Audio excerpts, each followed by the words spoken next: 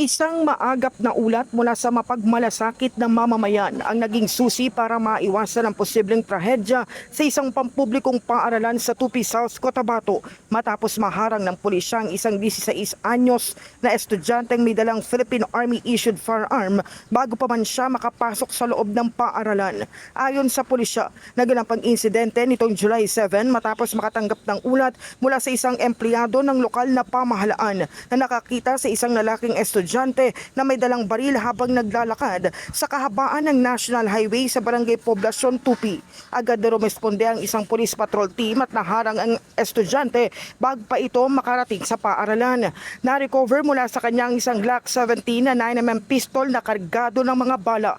Sa isinagawang investigasyon, napagalamang ang baril ay official service firearm ng nakatatandang kapatid na estudyante, isang aktibong miyembro ng Philippine Army na nakatalaga sa 6th Infantry Battalion ng 6th Infantry Division.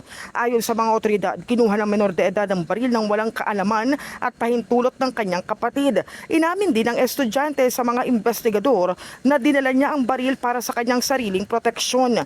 Dinala na ang menor de edad sa Women and Children Protection Desk bago isinailalim sa pangangalaga ng Municipal Social Welfare and Development Office habang inihahanda ng pulisya ang kasong paglabag sa Republic Act 10591 o Comprehensive Firearms and Ammunition Regulation Act.